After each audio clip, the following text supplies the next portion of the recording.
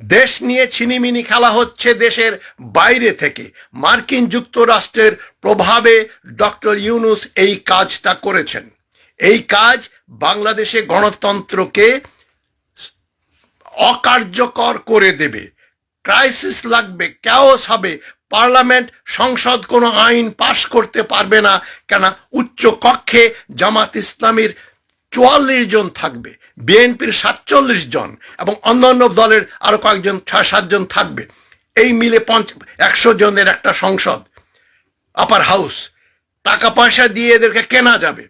জামাত ইসলামের লোকজন ওদেরকে বললো তোমরা বিএনপির এই আইনটা পাশ করবে না। বিএনপি কোনো আইন পাশ করতে পারবে না। তখন বলবে যে অকার্যকর, একটা ডেডলক হলো, পার্লামেন্ট ভেঙে দাও, আরেকবার নির্বাচন করো। আপনারা কি সেটা চান? বাংলাদেশ কিন্তু সেই দিকেই যাচ্ছে। আমি বিএনপি সরকারকে, তারেক রহমান সাহেবকে বলছি, আপনারা এই ব্যাপারে আশু পদক্ষেপ গ্রহণ করুন। আমি কিন্তু প্রথমে পয়েন্ট আউট করেছিলাম যে ঢাকা শহরে এবং অন্যত্র জামাত ইসলামী যেখানে যেখানে দুর্বল, সেখান থেকে লক্ষ লক্ষ জামাত কর্মীকে বিভিন্ন জায়গায় ঠিকানা বদলের নামে নিয়ে আসা হয়েছে। এক এক বাড়িতে 50 জন 100 জন করে লোকের ঠিকানা ব্যবহার করে তারা ঢাকাতে, যেমন মির্জা আব্বাসের কনস্টিটিউয়েন্সি, তারেক রহমানের কনস্টিটিউয়েন্সি এবং ডাক্তার শফিকুর রহমানের কনস্টিটিউয়েন্সিতে এই লোকগুলো এনে বেআইনিভাবে এদেরকে দিয়ে ভোট দিয়ে তারা অনেক আসন পেয়েছে এবং শফিকুর রহমান তো জয়লাভও করেছে। ভাগ্যিস তারেক রহমান এবং সেখানে মির্জা আব্বাস বিজয় লাভ করেছেন। মির্জা আব্বাসেরও অনেক ভোট দেখা গেল চলে গেছে তার বিরোধী ক্যান্ডিডেট সেই পাটোয়ারির কাছে। তো এখন ষড়যন্ত্র হয়েছে, তারা ব্যর্থ হয়েছে।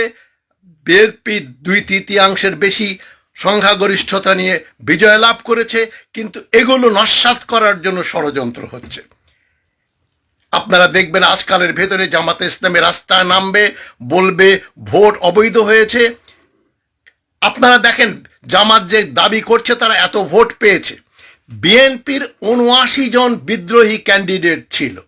এরা সবই দেশদ্রোহী, এরা সবই বিএনপির শত্রু, বাংলাদেশের শত্রু।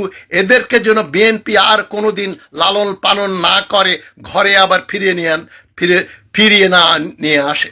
রুমিন ফারহানা থেকে যারা যারা বিদ্রোহী হয়েছে তাদের চিরতরে বিএনপি থেকে বের করে দেয়া হোক বলে আমি আহ্বান করছি।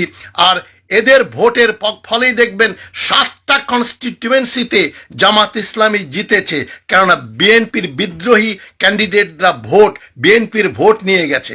অন্যত্র জামাত যে বিপুল পরিমাণ ভোট পেল তার প্রধান কারণ, একমাত্র কারণ হলো বিএনপির বিদ্রোহীরা ভোট নিয়ে গেছে তাদের পক্ষে।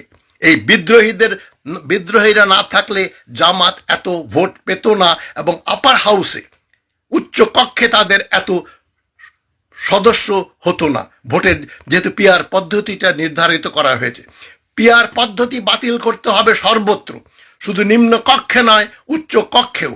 এবং এই রিফর্মসগুলো বিএনপি সরকার করবে এবং তাদের 2/3 সংখ্যাগরিষ্ঠতা রয়েছে। তাই আমি মনে করি বিএনপির আশু পদক্ষেপ হিসাবে বাংলাদেশে সংসদীয় গণতন্ত্র নয়, প্রেসিডেন্সিয়াল ফর্ম অফ গভর্নমেন্ট কায়েম করতে হবে, যেটা জিয়াউর রহমানের আমলে ছিল। জিয়াউর রহমানের ক্যাবিনেটকে বলা হয় ক্যাবিনেট অফ ট্যালেন্টস। তার মন্ত্রীরা ছিল এক একজন তুখোড়, কারণ তারা কেউ পার্লামেন্টে জিতে তারা ক্ষমতায় আসেনি, মন্ত্রী হননি। পার্লামেন্টে যার টাকা পয়সা আছে, মাসল পাওয়ার আছে, তারা জেতে। শামীম ওসমান, আপনার ওদিকে মমতাজ বেগম, এরা পার্লামেন্টে ঢুকেছে। জয়নাল হাজারি পার্লামেন্টের মেম্বার হয়েছিল, হাজি সেলিম পার্লামেন্টের মেম্বার হয়েছিল, ডক্টর কামাল হোসেন পার্লামেন্টে নির্বাচিত হতে পারেননি, কেননা ভালো লোক, তাদের মাসল পাওয়ার নেই, গুন্ডা পান্ডা নেই, টাকা পয়সা খরচ করতে পারেন না, তারা পার্লামেন্টে যান না। এবং সংসদীয় গণতন্ত্রে মন্ত্রিসভার সিংহভাগ আসে এই পার্লামেন্টের সদস্যদের থেকে, এমপিরা মন্ত্রী হয়। যদু মধু যাদের শিক্ষাগত যোগ্যতা নেই তারাই এখানে এসে স্বরাষ্ট্রমন্ত্রী হবে, বৈদেশিক ফরেন মিনিস্টার হবে, যেরকম বড় বড় মন্ত্রিত্বগুলো সব চলে যাবে সংসদ সদস্যদের কাছে, এবং সেই সংসদ সদস্যরা অনেকেই মূর্খ, প্রায় মূর্খ। এই যে মিরপুরের আব্দুল খালেক বিউটি সিনেমার মালিক, কলম, কোন রকম কলম ভেঙে নাম সাইন করতে পারত, যিনি বিএনপি করেছেন, আওয়ামী লীগ করেছে, জাতীয় পার্টি করেছে। এবং আব্দুল খালেক এক বক্তৃতায়ও বলেছে, খুব বিনোদন, যে আমার তো একটা নীতি আছে, আমি সবসময় সরকারি দল করি, মাঝখান দিয়ে সরকার বদলে যায়, আমি কি করব। এই ধরনের লোকেরা কিন্তু মন্ত্রী হবে। সুতরাং আমি মনে করি বিএনপির উচিত, আমার কথা যদি আপনারা না শোনেন, বিএনপি না শুনলে নিজের পায়ে নিজে কুঠোর মারবেন। কিন্তু আমার কোনো স্বার্থ উদ্ধার হচ্ছে না, আমি কোনো মন্ত্রী ফন্ত্রী কোনো কিছু হওয়ার জন্য ইউটিউব করি নাই। এতদিন এই যে 17 বছর কথা বলেছি, বিরোধিতা করেছি, কোনো কিছু পাবার আশায় নয়, এটা আমি পরিষ্কার করে দিচ্ছি। কেউ আমাকে টাকা পয়সা দিয়ে কথা বলায়নি, বলাচ্ছে না, বলাতেও পারবে না। আমি যেটা ন্যায্য মনে করব সেই কথা বলবো, এটাতে অপ্রিয় সত্য হলেও সে কথা আমি বলবো। আমি অপ্রিয় সত্য কথা বলি। আমি আবার বলছি, আমি বিএনপি সরকার যখন গঠন করবে তাদেরকে আমি অনুরোধ করছি, স্বনির্বন্ধভাবে অনুরোধ করছি, যে আপনারা সনদ এবং এই যে তথাকথিত গণভোট বাতিল ঘোষণা করেন। আপনারাই বলেন, গণভোটের যে সনদের 84টা পয়েন্ট, 84 পয়েন্টেরই সনদ কয়জন পড়ে বুঝতে পারবে?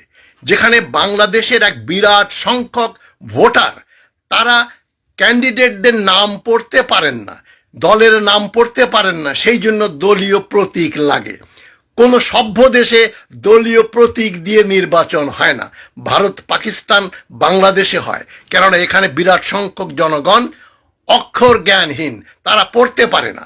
তাদের লাগে ধানের শীষ, নৌকা, লাঙ্গল বা দাড়িপাল্লা, ওই সিম্বল দেখে তারা ভোট দেয়। সেই ভোটারদেরকে আপনি বলছেন এই সনদ পড়ে, সনদটা তাদের হাতেও পৌঁছানো যায়নি। 12 কোটি সনদ ছাপাতে হতো, এতে কয়েকশো কোটি টাকা খরচ হতো। সনদ ছাপানো হয়নি এবং তারা পড়েও বুঝতো না। এবং এটা পড়ার জন্য রাষ্ট্রবিজ্ঞানের বা প্রচুর শিক্ষা দীক্ষা থাকলেই এই সনদ পড়ে তার উপরে রায় দেওয়ার ক্ষমতা থাকে মানুষের, হ্যাঁ বা না। কিন্তু হ্যাঁ ভোট বিজয়ী হয়েছে, না বুঝেই তারা সিল মেরেছে। সেই সনদের আমার কাছে 2 পয়সা দাম নেই, ওই সনদের 2 পয়সা দাম নেই। সুতরাং ওই সনদ বিএনপি সরকারকে বাতিল করতে হবে। তারা বলতে পারে, ঠিক আছে, আপনারা সনদ